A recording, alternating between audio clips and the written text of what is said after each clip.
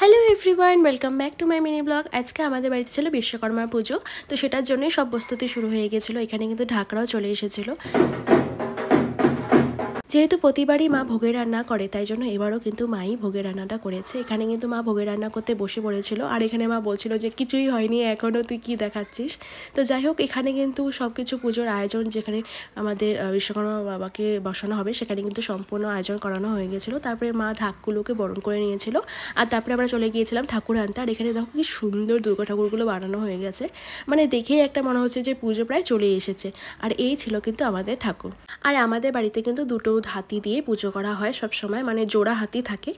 আর এখানে কি সুন্দর করে একটা মায়ের মুখ বানানো হয়েছিল, হয়তো এটা কেউ নিয়ে যাবে তাই জন্যই বানানো হয়েছে। আর তারপরে আমরা ঠাকুরকে নিয়ে বাড়ির দিকে রওনা দিয়ে দিয়েছিলাম। আর বাড়িতে এসেই কিন্তু মা যেরকমটা নিয়ম হয় সেরকম করে মা বরণ করে নিয়েছিল। আর আমাদের বাড়িতে কিন্তু দাদাও এসেছিল, কারণ ও একদিনে ছুটি পেয়েছিল। আর তারপরে মা বরণ করা শুরু করে।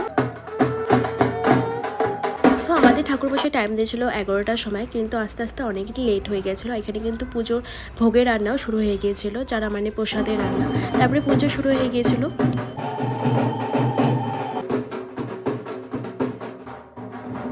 তারপর ঠাকুরমশাই যজ্ঞতে বসে, এবং যজ্ঞ হয়ে যাওয়ার পর কিন্তু পুজোটা মোটামুটি শেষের দিকে চলে এসেছিলো।